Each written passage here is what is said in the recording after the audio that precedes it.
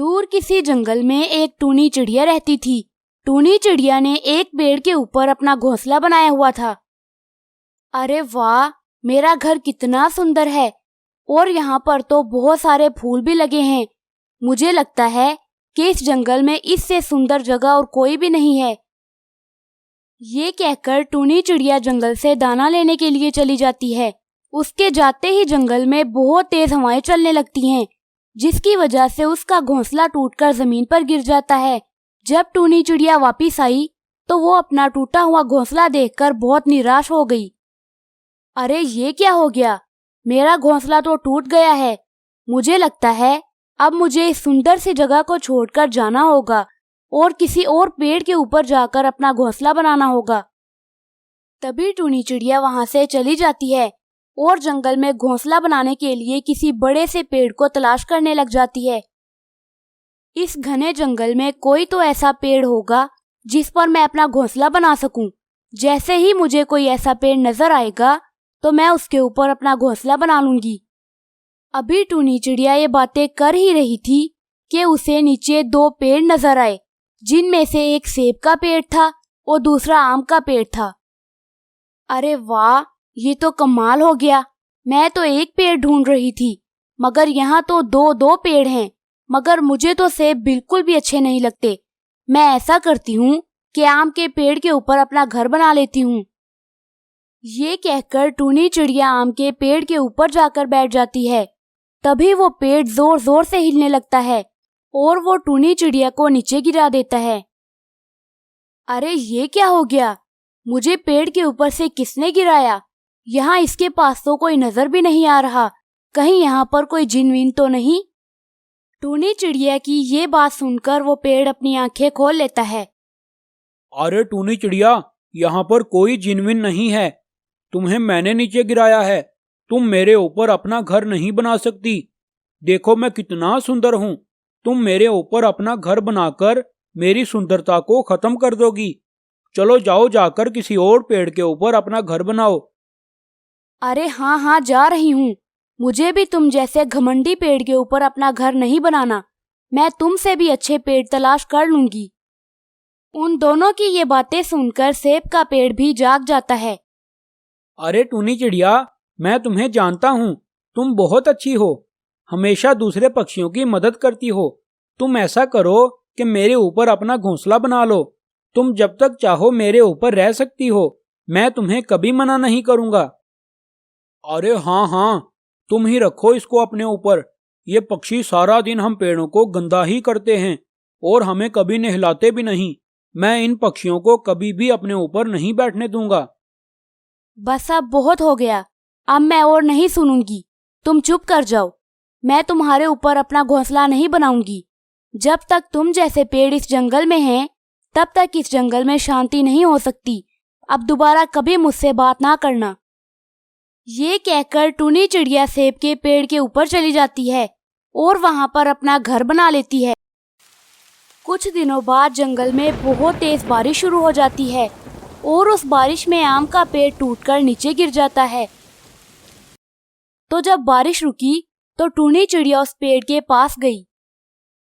अब सुनाओ पेड़ भैया, अब कहाँ गया तुम्हारा घमंड? अब तो तुम्हारे सारे आम खराब हो जाएंगे और तो और दोबारा कभी आम भी नहीं लगेंगे। अब बताओ कहाँ गई तुम्हारी सुंदरता? अरे टूनी चिड़िया, तुम मुझे गलत समझ रही हो। असल में मैं और सेब एक दूसरे के दोस्त हैं और मैं बहुत बूढ़ा हो गया हूँ और मुझे पता था कि मैं इस बार बारिशों में नहीं बचूंगा। मगर मैंने तुम्हारी बात सुनी थी। तुमने कहा था कि तुम्हें सेब का पेड़ पसंद नहीं है और तुम मेरे ऊपर अपना घर बनाने वाली थी। तो इसीलिए मैंने तुम्हें मना कर दिया था, क्योंकि बारिशों में मैंने तो टूटना ही था। अगर तुम मेरे ऊपर अपना घर बना लेती तो तुम्हारा घर भी मेरे साथ ही टूट जाता। अरे हाँ टूनी चिड़िया, आम ने बिल्कुल ठीक कहा। ये मेरा दोस्त है और हम दोनों कभी भी किसी पक्षी को इसके ऊपर घर बनाने नहीं देते, क्योंकि ये किसी भी वक्त टूट सकता था। तुम इसको गलत ना समझो। अरे पेड़ भैया, मुझे क्षमा कर दें। मुझसे बहुत बड़ी भूल हो गई जो मैंने आपको बुरा भला कह दिया। आप चिंता न करें, मैं अभी अपने दोस्तों को बुला कर लाती हूँ और हम सब दोस्त मिलकर आपको सीधा कर देंगे। उसके बाद आप दोबारा से हरे भरे हो जाएंगे। तभी टूनी चिड़िया जंगल में चली जाती है और अपने सब दोस्तों को ले आती है। तो सब पक्षी मिलकर उस पेड़ को उठाकर सीधा कर देते हैं और वो पेड़ बहुत खुश हो जाता है। दूर किसी जंगल में एक कालू कौवा और रानी कव्वी रहते थे। कालू कौवा जंगल से लकड़ियां काटकर बेचा करता था। अरे रानी, मैं जंगल से लकड़ियां लेने जा रहा हूँ।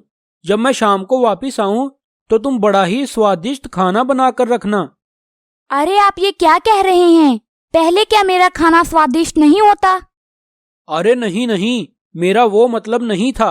मैं ये कह रहा हूँ कि आज ज्यादा स्वादिष्ट बनाकर रखना। अच्छा फिर ठीक है, अब आप जाएं। मैं आपके आने से पहले बड़ा ही स्वादिष्ट खाना बनाकर रखूंगी। कालू कौवा जंगल से लकड़ियां काटने के लिए चला जाता है। तभी वो जंगल के सबसे बड़े पेड़ के पास जाता है और वो उसको काटने लगता है। तभी उसको एक आवाज आती है, मुझे मत काटना। अरे ए पक्षी, मुझे मत काटना। अरे ये आवाज कहाँ से आ रही है? आसपास तो कोई भी नहीं है। तो फिर ये कौन बोल रहा है? तभी वो पेड़ अपनी आंखें खोल लेता है। अरे कालू कव्वे, ये मैं हूँ जिसको तुम काटने वाले थे। मुझे मत काटना। अरे अगर मैं तुम्हें नहीं काटूंगा तो मैं पैसे कैसे कमाऊंगा? मेरा तो काम ही यही है, लकड़ियां काटकर बेचना। तो फिर तुम ही बताओ मैं क्या करूं? देखो कालू कव्वे, मैं नहीं जानता कि तुम क्या करो, लेकिन मैं ये जानता हूं कि बहुत सारे यात्री मेरे साए में आकर बैठते हैं और मेरे ऊपर लगे फल खाकर अपना पेट भरते हैं। इसलिए तुम मुझे मत काटना, वरना तुम्हें पाप लगेगा। अच्छा, अगर ये बात है तो फिर ठीक है, मैं तुम्हें नहीं काटता। मैं जंगल से कोई छोटा पेड़ काट लेता हूँ, फिर उसको बेचकर बहुत सारा पैसा कमाऊंगा। अरे वाह कालू कव्वे, तुम्हारा दिल तो बड़ा ही साफ है। तुमने तो मेरा दिल खुश कर दिया। जाओ, मैं तुम्हें एक वरदान देता हूँ कि मैं तुम्हारी 3 इच्छाएं पूरी करूंगा। मांगो, क्या मांगते हो? अरे वाह, ये तो कमाल हो गया। मुझे 3 इच्छाएं मिल गईं। लेकिन मैं ये 3 इच्छाएं अभी नहीं मांगूंगा, बल्कि पहले मैं घर जाऊंगा और अपनी बीवी से मशवरा करूंगा। उसके बाद 3 इच्छाएं मांगूंगा। उसके बाद वो कालू कौवा अपने घर चला जाता है। अरे रानी, आज जब मैं जंगल से लकड़ियां काटने गया तो मुझे अचानक कोई आवाज आई। कोई कह रहा था कि मुझे मत काटना। जब मैंने इधर उधर देखा तो वहां कोई नहीं था, तो मैं डर गया। तभी वहां पर एक पेड़ ने अपनी आंखें खोल लीं और उसने मुझसे बात की। क्या कहा? पेड़ ने आपसे बात की? भला ये कैसे हो सकता है? अरे हाँ, पेड़ ने मुझसे बात की। उसके बाद उसने मुझसे कहा कि मुझे मत काटना, तो मैंने उसकी बात मान ली। तो उसने खुश होकर मुझे ये वरदान दिया है कि वो मेरी 3 इच्छाएं पूरी करेगा। अरे वाह कालू मियाँ, ये तो कमाल हो गया। अब तो हम बहुत अमीर हो जाएंगे। हम इन 3 इच्छाओं में बहुत ज्यादा अनमोल चीजें मांगेंगे। अच्छा रानी, तुम मुझे ये बताओ कि तुमने खाना बनाया है या नहीं? मुझे बहुत जोर की भूख लगी है।